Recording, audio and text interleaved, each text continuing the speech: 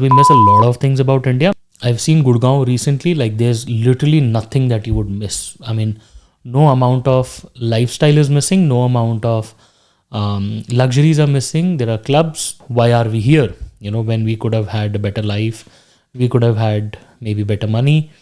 Why are we still here? I also think about leaving Canada, and I also often think about going back to my home country, and not just me, like the many other immigrants here in this country. We as a family, we also have the longing and the belonging to our home country, despite us getting our Canadian citizenship here in Canada. Now, before anybody of you goes on ranting that it's another clickbait and whatsoever, guys, no, this is not a clickbait, but this is yet another episode of my Heart to Heart series on this channel, and I will talk about what I feel from this, the bottom of my heart. This is a true account. This is not built up. This is not a legal advice. This is not an immigration advice, but this is just me being a regular immigrant in another country, first generation immigrant in Canada, trying to make it big, trying to make it, successful in my life here in Canada. So quite often, just like any other immigrant in any other country, we as a family also think that our life back home was very good. Our life back home was filled with luxuries. That's why I come from India. So we also had this habit of, going out in the evenings, having good food, enjoying the luxuries. I had a good corporate job and, had domestic help whatsoever. And after we came to Canada, we had the same lifestyle that everybody has, trying to do our own chores, trying to take care of our own selves. But it got us thinking that, okay, despite everything good about India and despite all the social media news, what exactly is keeping us here? Like, what are the 10 reasons which are forcing me to stay here? Like, I'm not talking about the economy on whatsoever, like, anything about jobs and whatnot, but I'm talking about day to day common things.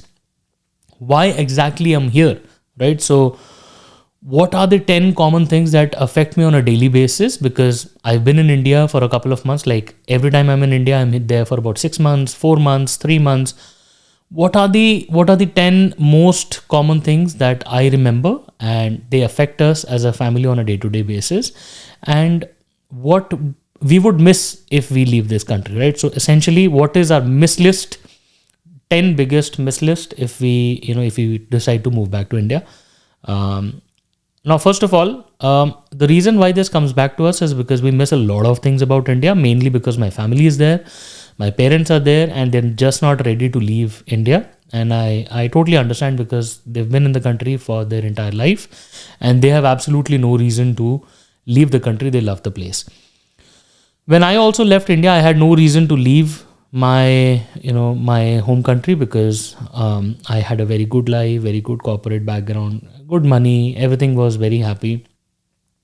This time when I went back to India, very recently in 2023, I loved the infrastructure, I loved the startup ecosystem, the ease, the convenience, logistics. Despite having, the biggest of population globally, India has just maintained it in a very small setup that they have. The country has now built upon the infrastructure. Like I live in Delhi. I've seen Gurgaon recently. Like there's literally nothing that you would miss. I mean, no amount of lifestyle is missing. No amount of luxuries are missing. There are clubs. There are nightlifes. There cars, luxuries, everything that you can think of, right? So there's absolutely no reason. There are jobs. There's startup ecosystem. But there are a couple of things which I think I will miss more about Canada if I try to make that big move. So first of all, the biggest reason why I'm here is because of my business, because of my work. I'm into a specific industry where us being here by virtue of our profession is extremely important. So yes, that's one of the major drivers. So that's professionally that I'm talking about, but more of personally as a family.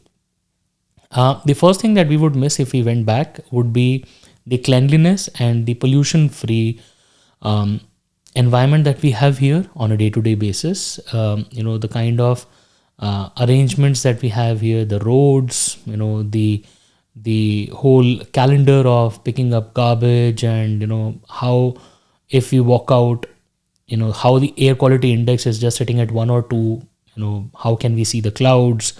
It's very good to feel the rain on ourselves. So just the whole overall concept of cleanliness here, everything is so clean, maintained. That is extremely nice, and I think I will miss that. The fact that there is no corruption on a ground level basis is extremely important. Well, I know there are some white collar crimes going on, and no country is spared from that horror.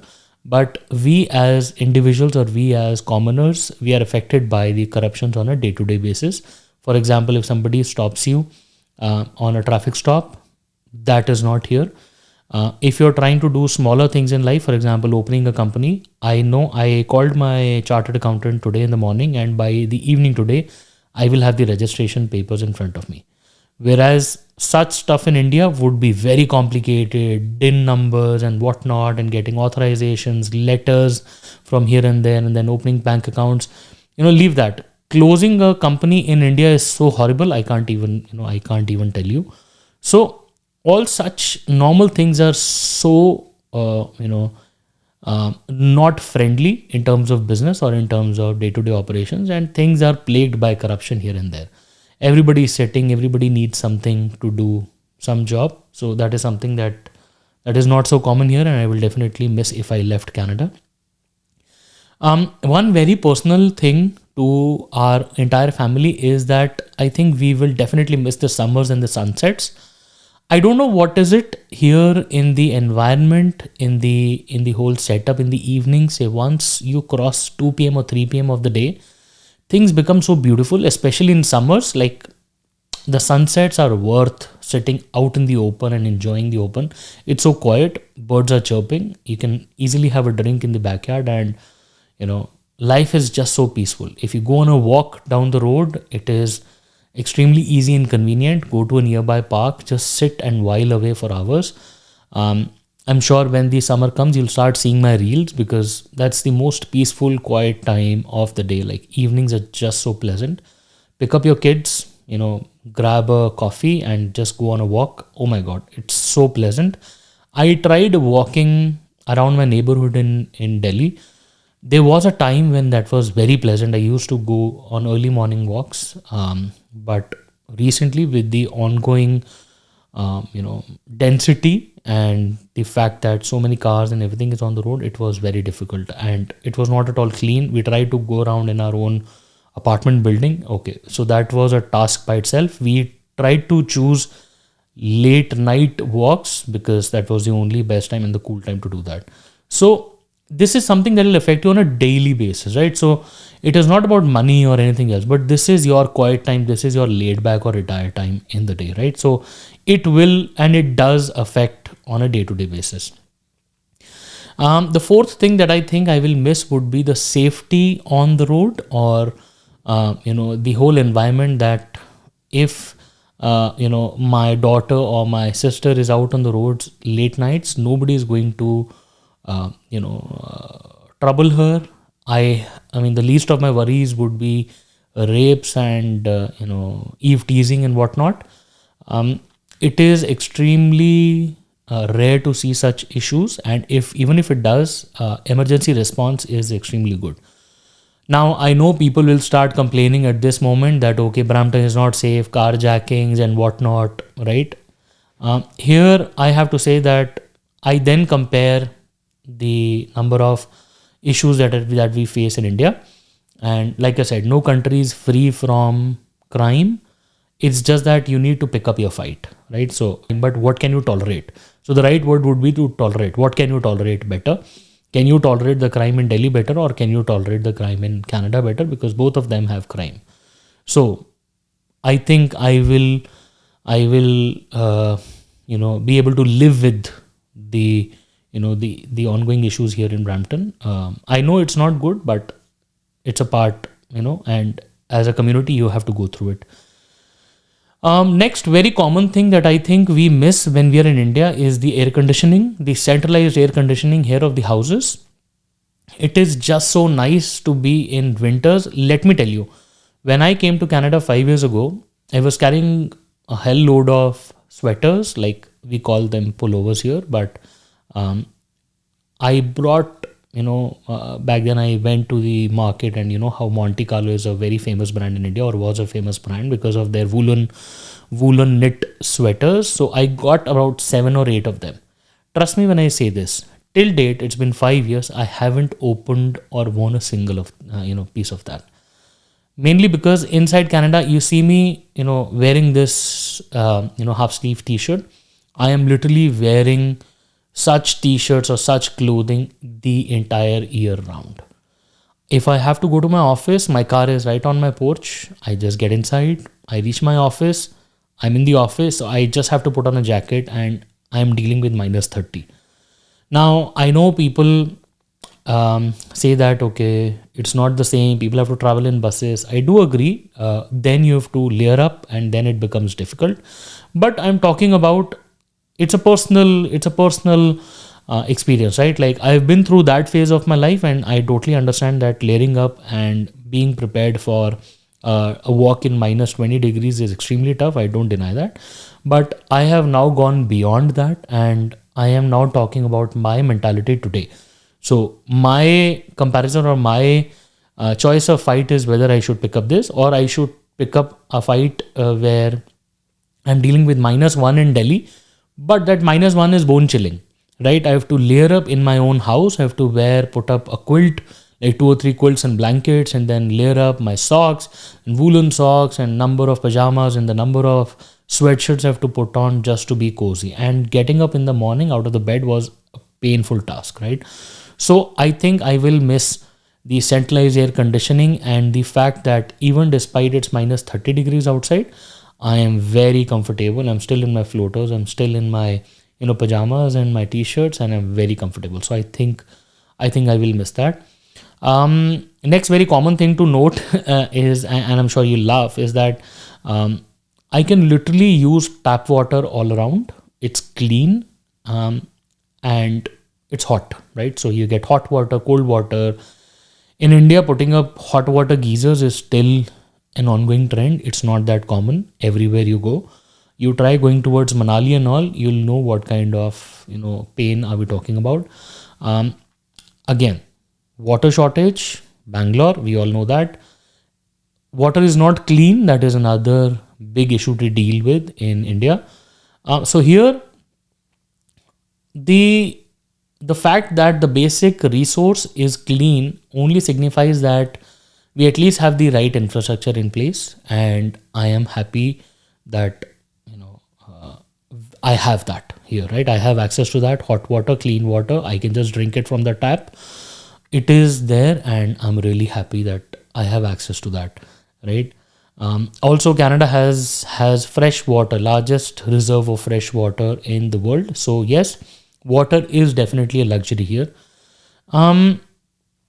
The fact that winters are not as bad is extremely nice, and I can enjoy snow. And trust me when I say this, after living here for 5 years, I've actually started enjoying snow. Right? It is one time as a season that I really enjoy. I know people are always complaining about the winter and all, but guys, let's be honest, winters are not as easy as in India as well, and summers are also not easy as in India. So, like I said, it's your fight. You need to pick up what you like to, pick up a fight that you'd like to fight. So I think I would rather be comfortable living in the snow with the air conditioning and everything here, the centralized heating, along with the pleasant summers. I think this is a better fight for me rather than the extremities of climate that we face in India. I think this is better for me.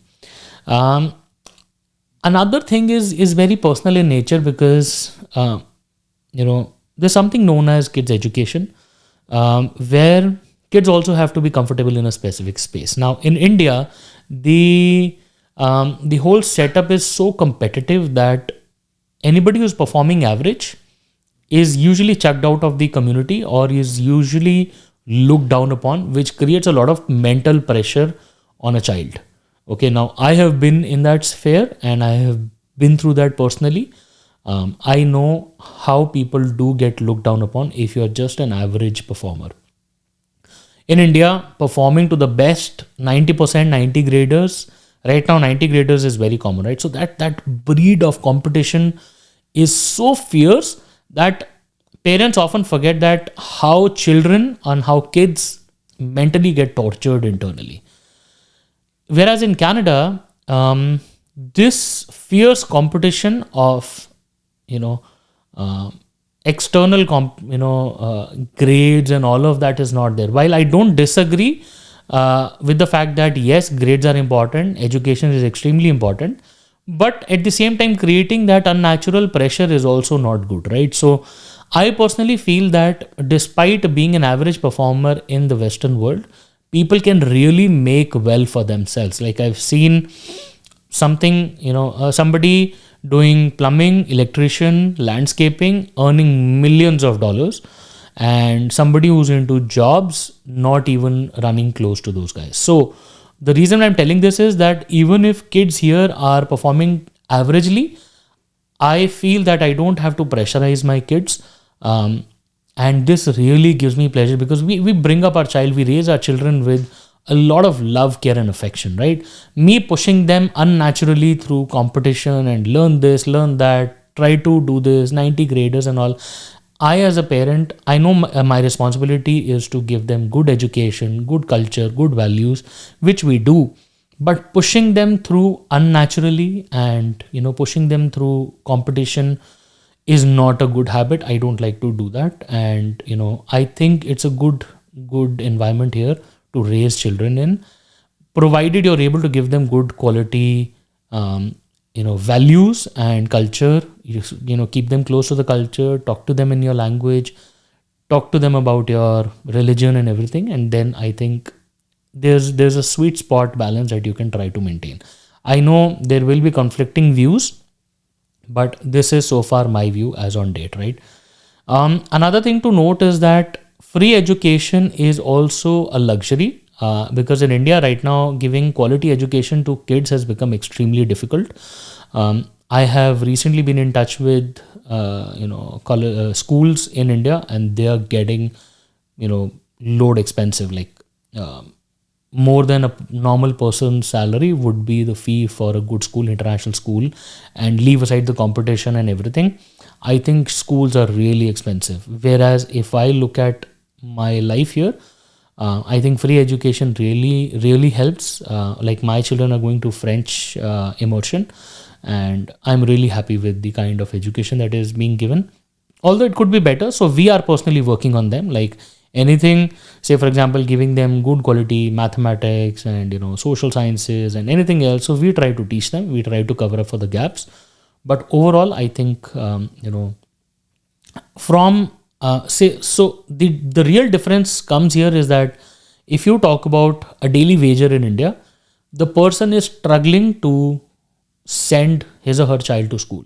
So we run an NGO in India, and we try to help as many people as we can. I know the number of issues that we get for girl education, for people who are not able to afford books, people who are not able to go to school. Parents are not letting their kids go to school because they want them to earn money, right? At least in Canada, you don't have all of this. If you have a child has to mandatorily get free education, and the country is taking care of that. So you might not be able to see it at a larger level, but free education really plays an important role when you're not able to earn enough money, or daily wages, or people are trying to make ends meet. It's extremely important, right? So with that scope, it's very nice and it's a good concept. Free medical, on the other hand, I know again people will start commenting that medical is not good here. Medical is you have to go through waiting lines, waiting rooms, emergency rooms, and all of that. Guys, I have personally been to the hospital emergency rooms a couple of times in the past 5 years. I have taken my dad to the hospital, my wife's dad to the hospital. We've been there, we've had surgeries, we've had pregnancy here, we've had delivery, we've had accidents, emergency, situation, potential heart stroke. So I've seen everything here in the last 5 years. Trust me, this is based on personal experience. I am absolutely happy with the medical system here so far, touch wood, and I wish everybody has a similar experience. First of all, nobody should get to go to the emergency room. First of all, I wish that nobody has any complexities. Even if they do, I sincerely wish them that they get good experiences. I know a lot of people in densely populated areas do get that trouble, but at the same time, it is good as well. So, you don't have to really worry about, how much of a hospital bill will that be, whether it's a test or a dental. Now, dental is also being covered. You don't really have the tension in the back of, your head. So, my, in our family only, we had a cancer survivor. Touch wood, she's doing really well. While she was in the hospital being treated, we came across so many cancer survivors, or like people who are being treated for cancer. Like, they're all worried they can't afford treatments. It lakhs of rupees, sometimes running into crores. Like, the treatment is hell expensive in India, and people are worried they don't have, insurances, and then families are not ready to pay.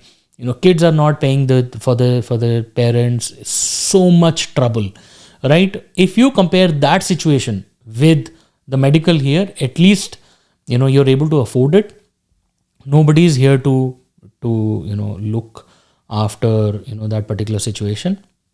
I think free medical has a lot to play in my head as a reliever, because at the end of the day, I don't really have to worry about that. So if I go to India, I will miss this here from Canada. So yes, I think that is one keeper. There are two more things. One would be that emergency services are really nice.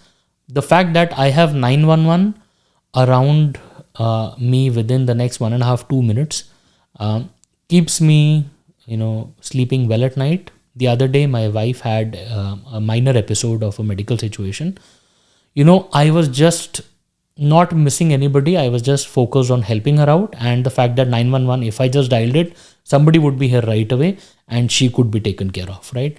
So that is a big reliever. If I need help, I can dial 911. Police would be here, fire would be here within the next couple of minutes, which is not so the case in developing countries, but I am really relieved. Last but not the least, I think the fact that my tax money is being utilized well for my own benefit, for example, free medical, free education, CRB or whatsoever, if I need support, my tax money is being utilized. I'm getting good infrastructure, good roads, cleanliness, things are available. I know there are bad experiences here and there, but, where is it not? At least if I paid taxes in India, I would never get a good road, clean road and, whatnot. Although the infrastructure has considerably gone up, but here I get to see it more evidently. That's the only difference, right? So I think, yes, utilization of the taxpayers' money can be more effective. That's always a debate. Like, conservatives are debating that. They always check on it. So the opposition party is pretty powerful. So yes, like I said, white collar corruption is there. It's always there.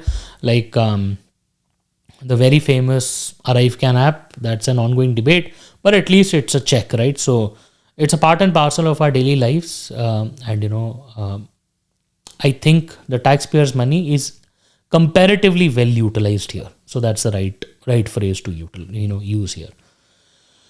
Overall, guys, I think yes, these are the couple of things that I will miss if I left Canada. Hence, I'm still here with my family. My parents will be joining in soon, hopefully. And I think I love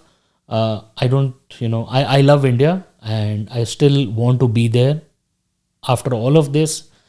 That is where my heart belongs. That is where I was born. That is where I was raised. So, that is something that I can't take out from my heart. So there was a very nice phrase that somebody said, that you can take an Indian out of India, but you can't take India out of an Indian. Okay, so I still truly believe in that. I don't think I will ever be able to leave my country back home, but this is the country. So in Hindi, like we say, that is, so India is my Janam Bhumi, Canada is my Karam Bhumi, right? So Canada is where I work, India is where I was born. I can't forget both. This country has also given me a lot, so I'm really thankful. That country has given me a lot. I'm very thankful and I love both. So that's why in my office I have an Indian flag and I have a Canadian flag because I respect them equally. There is no amount of debate that can always say that why I'm leaving this or why I'm leaving that. But I think both countries share their special place for everybody, and for people who come from different countries. I think you all share a special space for your country. You can never forget it. You would always want to go back because that is where you were born. So it's just that every place will have its own challenge. Every place will have its own fight. So you are to decide what challenge you're ready to face, right? So do you like these challenges or you like those challenges? In my opinion, if I'm not leaving Canada, I am prepared to take on the challenges here. For now, at least in this sphere of my life, I don't know what future has in store for me. So whenever the future comes in, if my choice of challenges changes, then you'll find me in a new place. After all, I've got the Canadian passport. I'm free to go around places, and I can make better use of that. So I hope I was able to make some sense, or at least I was able to share my heart out, right? So that's more important, and that's what the purpose of the video was.